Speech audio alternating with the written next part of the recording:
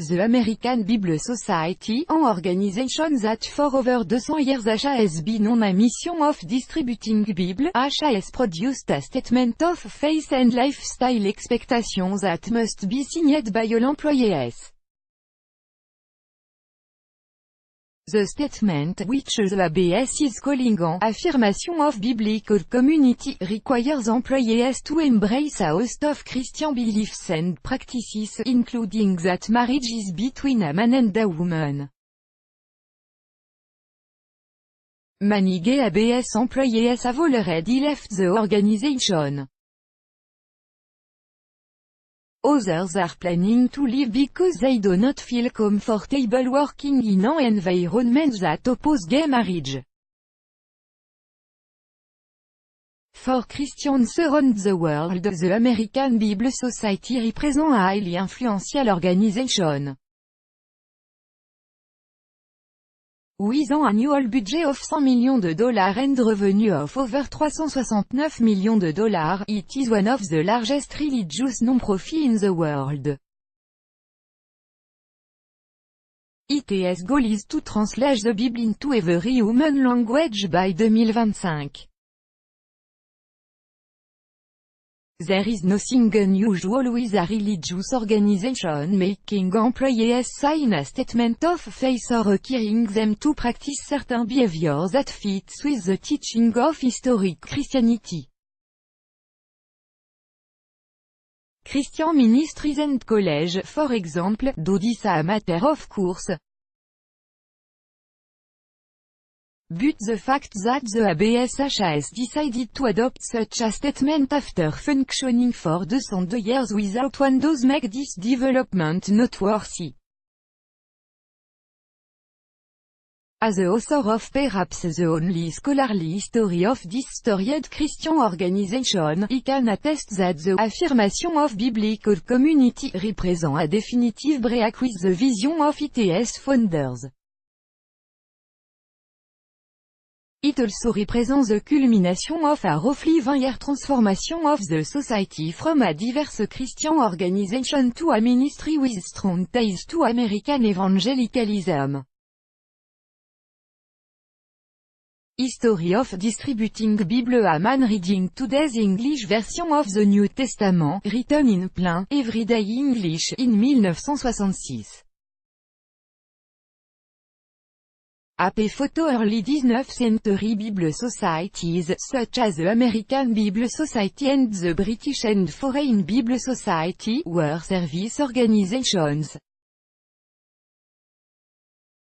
The American Bible Society published Bible for churches and other ministries and allowed religious organizations to use them as they saw fit in the context of their particular denominational beliefs. They were not in the business of interpreting the Bible for their constituencies. For example, in 1835, the British Baptist Mission in Calcutta, India, appealed to the ABS for help in funding a translation of the New Testament into the Bengali language. ABS refused to fund the project because the translators of the Bengali Bible translated baptizo, the Greek word for baptism, in a way that preferred the Baptist practice of completely immersing new convert in a body of water over other form of baptism, such as the sprinkling of babies. In this case, the ABS reaffirmed its commitment to publishing the Bible without note or comment, and reminded the British Baptist Mission that it was not in the business of promoting local feeling, party prejudice, and sectarian jealousy. Through much of its history, ABS measured success not in terms of conversion or changed life, but in terms of tonnage, the amount of Bible distributed around the world each year. Becoming More Evangelical This All Changed in 1996 when Eugene A. Baker, the president and CEO of ABS, expressed concern over lack of Bible knowledge and questioned whether young people were actually reading the sacred text and applying it as spiritual principles to their lives. In 2001, the organization adopted a new vision statement. It dropped the phrase, without a doctrinal note or comment, and added the clause, so that all may experience it as the Bible's life-changing message. From this point forward, ABS would engage in the practice of teaching and interpretation.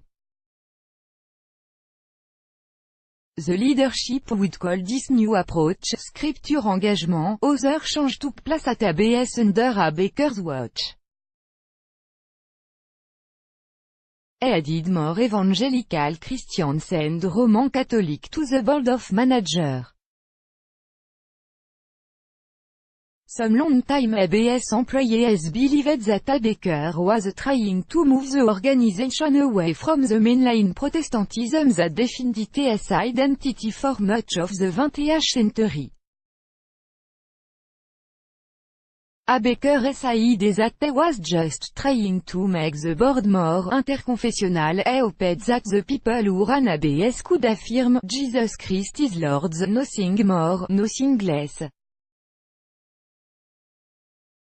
But from this point forward, ABS began working more closely with evangelical groups.